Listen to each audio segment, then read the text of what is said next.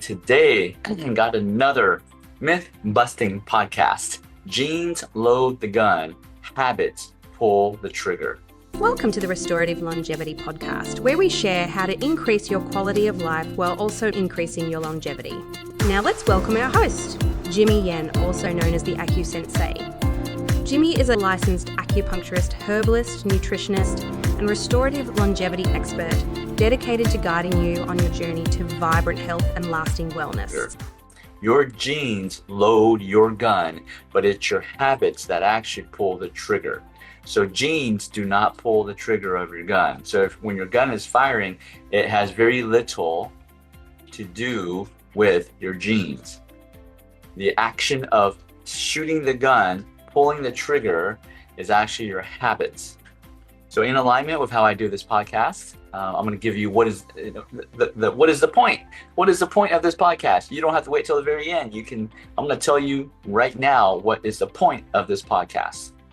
Point of this podcast is you determine your health. There is no more of this, I have genes, I have bad genes, I have bad family history, I have genetic problems in my family. You can't use that as an excuse anymore, because more and more research, current research, is showing habits pull the trigger. Your daily habits. Some people like to use the word lifestyle, which is true, but excuse me, I like to use the word habits because our habits determine our lifestyle, and then our lifestyle determines our health. So it's our habits, our daily habits determines our health, not our genes. So again, genes load the gun. You're born in a family that has high cholesterol, that has a history of hypertension, has a history of cancer, has a history of whatever, name, fill in the blank. It doesn't matter your family has a history. Your habits determine if those genes get expressed, if you get cancer, if you get that family history. It is your habits. And we're going to dive deep into this to understand that. But thank you, everybody, for joining in. This is a new time for this podcast, so I appreciate you joining in. And if you haven't subscribed, please hit the subscribe button. If your friends and family have not subscribed, get them to subscribe. This podcast, as you have, if you've been watching me, follow me, is very different the way we do it. If you're looking for a podcast that just say, hey, just tell me what to eat. Tell me what to eat that can reverse my cancer. Tell me what to eat that can reverse my hypothyroid. Tell me what to eat to reverse my diabetes. This ain't the podcast. This ain't the podcast, okay? Because you're looking for a quick fix. That's a habit. When you have a habit of looking for quick fixes, your health is going to decline very quickly. You may appear to be healthy right now because of all the quick fixes, but 10 years down the road, your body's going to fall apart. I see this in clinic. This is not an assumption. I see this in my personal practice since 2007. So what is that? 16 years, 17 years of private practice, right? That's what I see. Patients that look for quick fixes, they temporarily feel better, but fast forward 5 years, fast forward 10 years, their health declines. They're back where they're not even back where they started. They're worse than what they were before. And that's why, and I'm guilty of this, there's transparency on this podcast. I used to promote biohacks, right? Biohacks are quick fixes. Biohacks are terrible for you if you are relying upon them to temporarily make you feel better.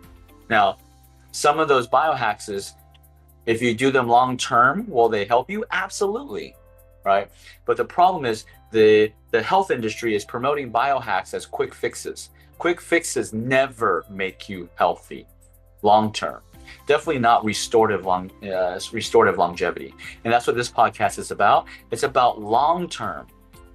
It's about being alive for your grandkids, right? Not in a wheelchair, sitting there and watching them play football, play basketball, play soccer, do sports or do a show, you are able to engage with them. You are able to get on the tennis court with them. That's what restorative longevity is all about. So let's come back to the topic of today. Genes load the gun, habits pull the trigger. So in the 1960s, there was a doctor called Dr. James Watson. He said, we're not all equal. We are not all equal. It's simply not true. That isn't science. We are not all equal. Like here in the US, there's promotion of we are equal. Dr. James Watson said we are not equal. Now, what is he talking about? Right? He's talking about health. He's talking about our bodies. Why? Because our DNA inherent individuality occurs. Our DNA separates us. We are different from every person. There is no two people, including identical twins, who are not the exact same. They are not, right?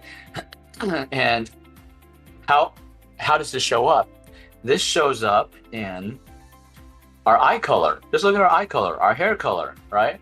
We are all different. It doesn't matter, like I was born in Taiwan. Just because other people born in Taiwan, we don't look all the same. And it's because our DNA, right? So Dr. James Watson was absolutely correct. We are not all equal, right? Now these variations depend on like these little subtle genetic variations. So in essence, we are all genetic mutations. So, when you think about, like in the healthcare space, there's a huge education about methylation, because you don't have the MTHFR gene, and so you don't methylate. So which is true. I'm not saying that's wrong, but that's just one little thing, right? Genetic mutations. My point is, we are all mutants, genetically mutated, right? And that's what makes us different. And genetic mutations is a good thing too. It may be a bad thing, but it's also a good thing. It's a good thing because it makes us adaptable to the changing environment, in this world. Because how the world was in the 1960s versus what it is right now, there is so much more technology pollution than there was in the 1960s, right? So our bodies have evolved, are mutated. So genetic mutations, right? Our genetic variability is the result of thousands of years of continuous genetic mutations. So the point is, we are all mutants. Mutations is a permanent change in our DNA. Mutations is a permanent change in our DNA, and all of our DNAs are different, and we all mutate differently as well. So genetic mutations have happened throughout the course of evolution. Some are positive, some are negative. The positive one leads, for example, different beautiful eyes, right? When I first saw a person with green eyes, that was so cool. This is high school, I was playing tennis, and she had green eyes, and I could not stop staring at her eyes, because that was the first time I've ever seen someone with green eyes. It was beautiful, right? She probably thought I was a psycho, but I told her, hey, man, your eyes are beautiful. I've never seen someone with green eyes. So that's genetic mutation, right? And the genetic mutation of the size and power of our brain. Our brains mutate. So if our brains didn't mutate, we will become dumber. Actually, in some instances, we have become dumber. As technology improves, our brains it may be shrinking, right? Our brains were probably, I'm wondering if someone did a research like this. From the 1700s to now the 2000s, right? Our brain was increasing in size because we were getting smarter and smarter. But now that that was because technology was just up and coming. But now that technology and AI is coming in, I'm wondering, after AI comes in, if our brains actually start shrinking. Because when we start using stuff like ChatGPT, DeepSeek, it takes away our ability, it takes away our desire to think. Because if we can just type it into a computer, brain and let the computer brain give us the answer, why would we need to think, right? So I'm curious, and 10 years later, after AI has exploded and AI is dominating the world, if the human brain actually starts shrinking. So if you're watching this and you're a scientist, please do that research for us so we can know. Now, there are other mutations that are harmful and lead to disease, right? So there's bad genetic mutations, absolutely. But here's what the research shows. Most people think that all of these problems that we have right now, all these chronic degenerative disorders that we have here right now in the US, is because of some gene mutation. From the doctor's point of view, they just want something that they, no, I'm not gonna, I don't know what they're thinking. But some people are thinking, oh, because, it's genetic, so I can't do anything about it. Well, that's a bunch of BS. And all of these genetic mutations that have turned into these diseases, these rare diseases, here's what the research shows. Bad genetic mutations are rare. They affect less than 1% of the population. 1%, less than 1%. So your chronic degenerative disorder, whatever you're suffering with for the past 10, 20 years, it ain't bad mutations. It's your habits, okay?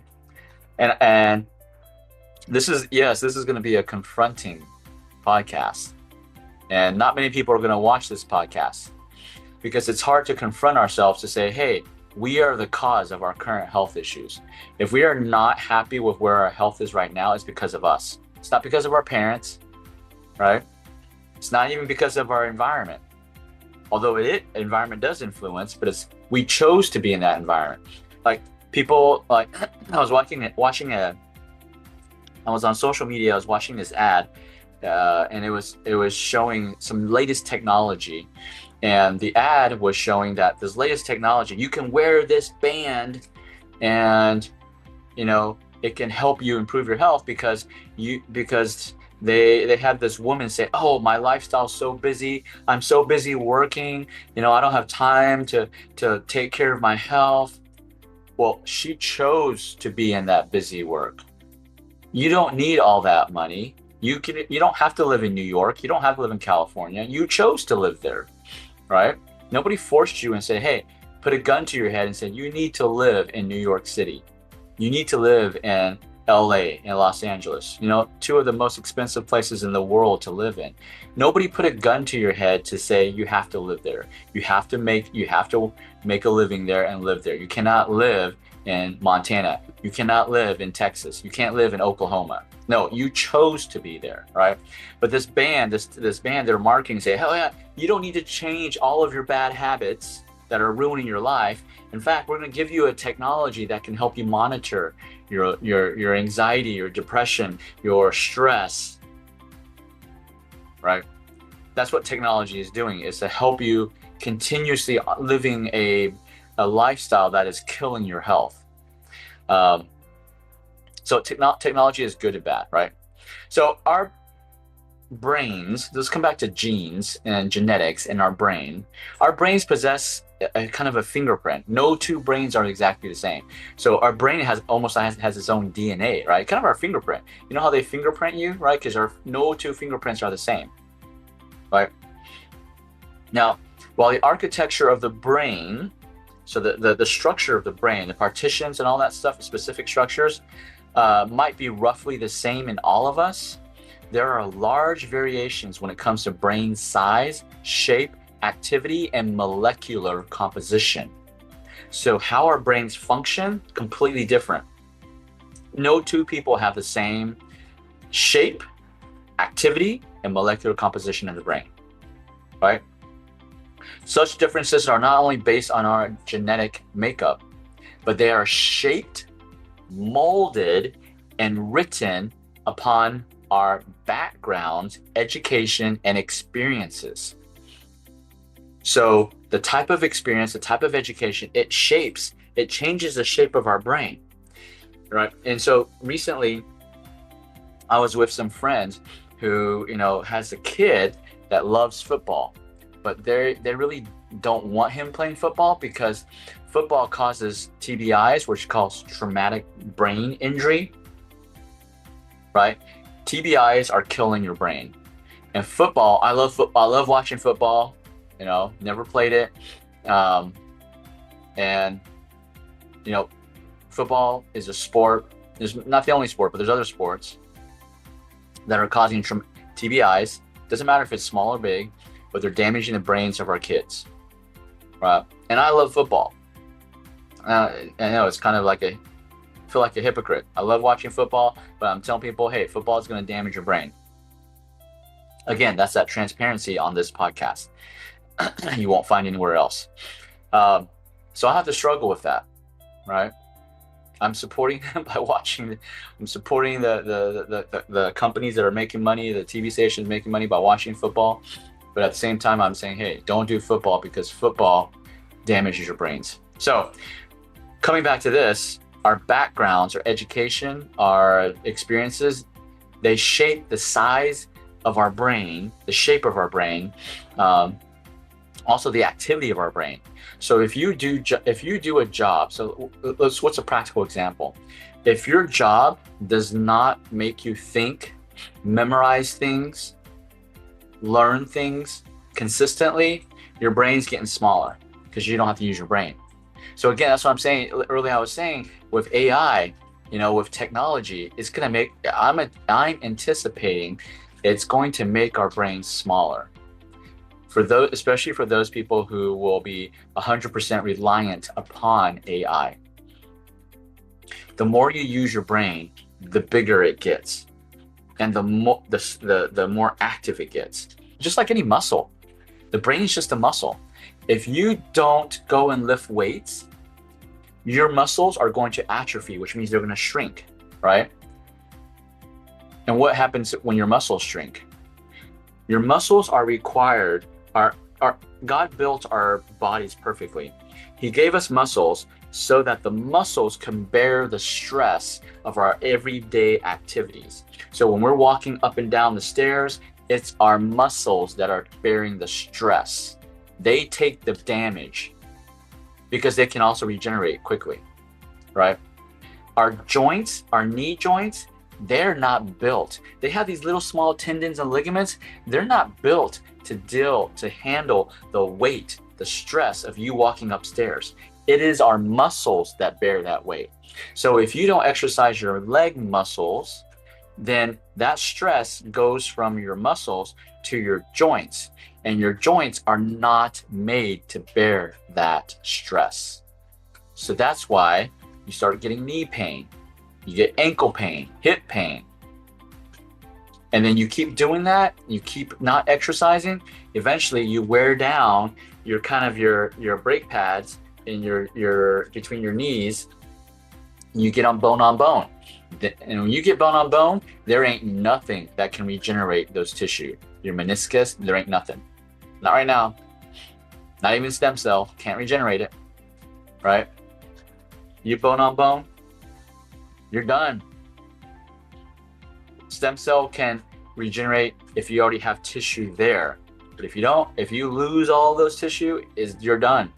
You're gonna have pain for the rest of your life unless you get a knee replacement. But even with knee replacement, we've treated patients with knee replacements, they still have pain. They just ignore it. They went from no pain to now having a constant pain, a chronic pain of maybe 3 out of 10 on a pain scale. But now their new normal is 3 out of 10. So they will tell you, oh no, my leg's doing great, I have no pain. But their definition of no pain is 3 out of 10, not 0 out of 10, okay? So again, the brain, same thing. You need to exercise. In the previous podcast, I was talking about all the vitamins you need to strengthen, to nourish your brain so that your brain can be functioning at full capacity, full optimal functioning. So besides the backgrounds, education, so what influences the size of your brain, the function of your brain?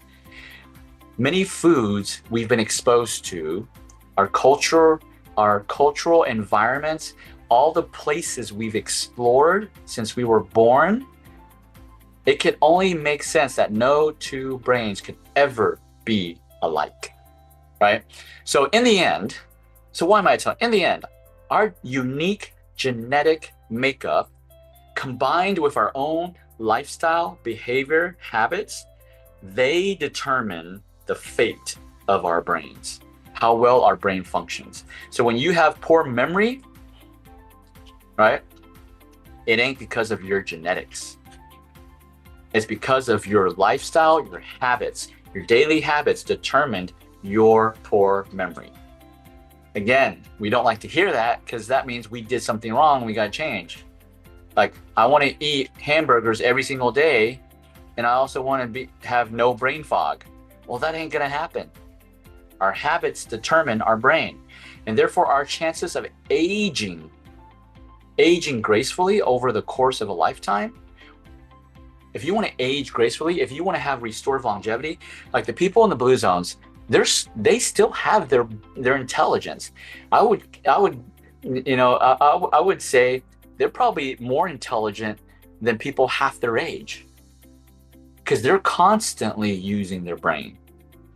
Okay, so you got to exercise your brain. That's the key thing. So here's some old models, brain beliefs, brain models. The old view is that DNA received by our parents determines our brain blueprint. DNA we get from our parents determines our DNA for our brain. That's the old thinking.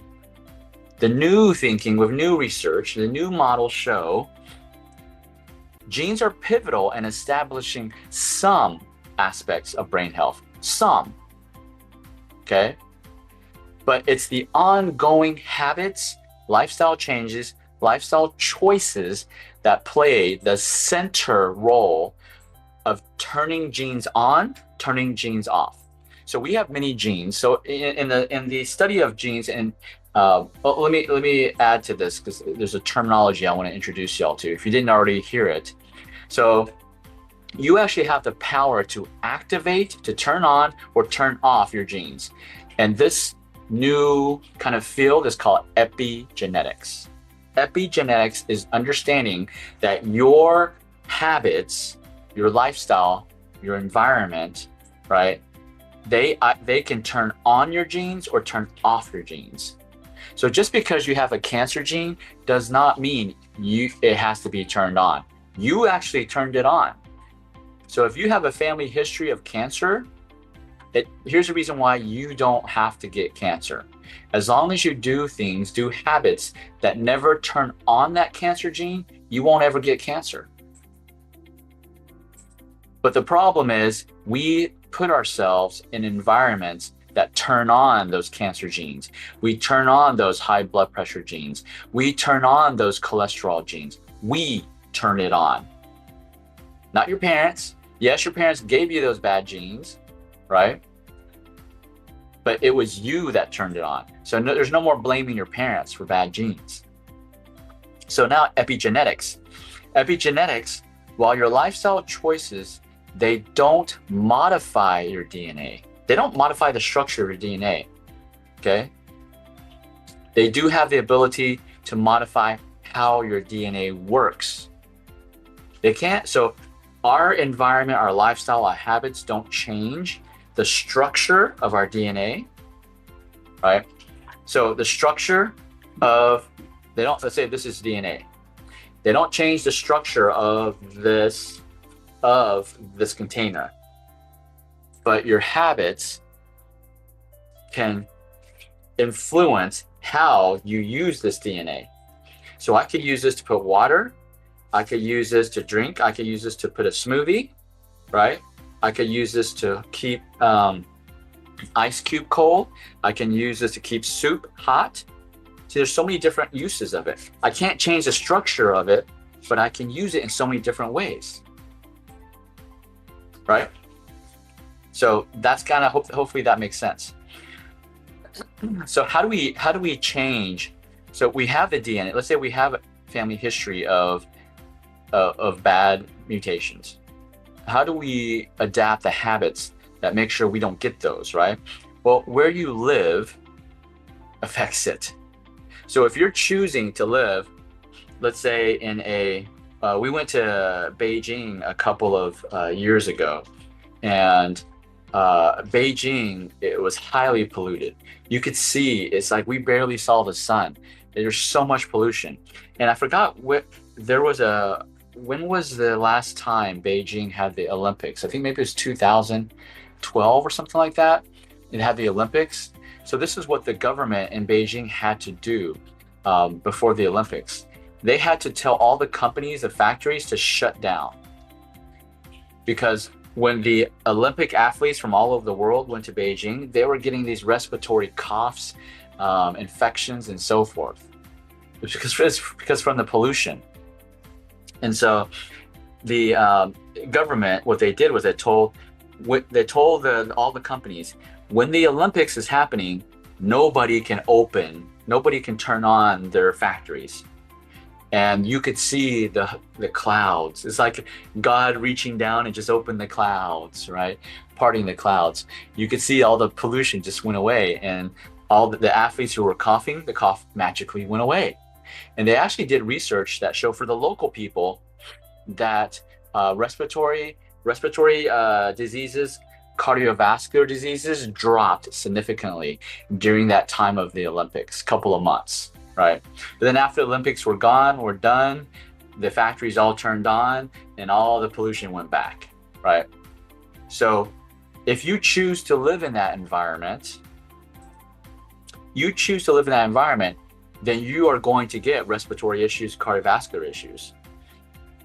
And many people in China, in the rural areas, they think living in Beijing is like the place to be. It's like living in New York, California, right? Or LA. It's like, oh, we got it. That's where we can make a living, make more money. So they sacrifice, knowing that Beijing is highly polluted, they sacrifice their health to make more money. They could stay in the rural areas. Yes, they won't make a lot of money and they'll be very poor, right? Living conditions are not good, but they would have health. They would have better health in those rural areas than actually moving into Beijing. Because Beijing, not only the pollution, the stress, there's so much competition, there's so much stress. So you've got physical, you're absorbing, you're breathing in pollution all the time, every day that you're working, and then you have stress, and that just double downs on killing your health. So people make those choices. These are facts, right? So your environment, absolutely, where you live determines your brain health. Next, who you interact with. You know, we've probably all heard of the terminology. You are the sum or the average of the 5 people you hang around with. So if you hang around toxic people who are always complaining about politics, always complaining, blaming others for their lack of success or lack of success in health, right? The fast food industry, yes, the fast food industry is killing our health, but nobody forced us, put a gun to our head to say, you have to go eat fast food.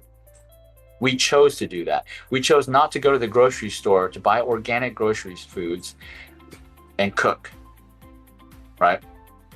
So who you interact with.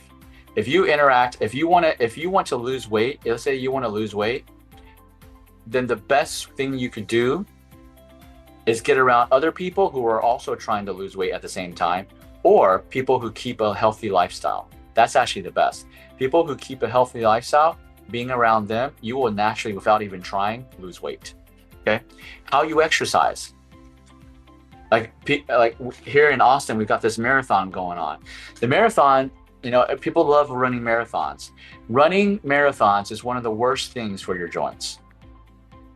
It just destroys your joints. How you exercise affects your DNA, how your DNAs, all of these things affect which DNAs are turned on, which genes are turned on. Your bad genes, are they turned on or are they turned off? That's what I'm telling you right now. All these choices, these habits you choose, where you live, the habit of choosing where you want to live, who you interact with, who are your friends, how you exercise, which medications you take. You take one medication, you're already killing your health. You're already shortening your longevity. I'm not saying don't take your medications. That's not what I'm saying. That medication may be sustaining your health right now, so you need to keep that, right? But also you have to understand it's shortening your lifespan at the same time. Here's the most important thing: what you eat. What you eat causes changes inside your body that turns your genes on and off more than anything else. Unless you live like in a polluted state, because you're breathing in polluted city, if you live in a polluted city, you're turning on bad genes, cancer genes every day. So 10 years down the road, you can't be surprised that you have cancer, right? You got to get out of those environments. No amount of money is worth losing your health, right? You lose your health, you lose your relationships. This can occur once in a lifetime or continuously over time, right? So it depends on, we don't hang out with our friends every single second. So that doesn't necessarily affect us. But what do we do every day? So let me go back to all the ways that we can turn on your bad genes or turn off your bad genes.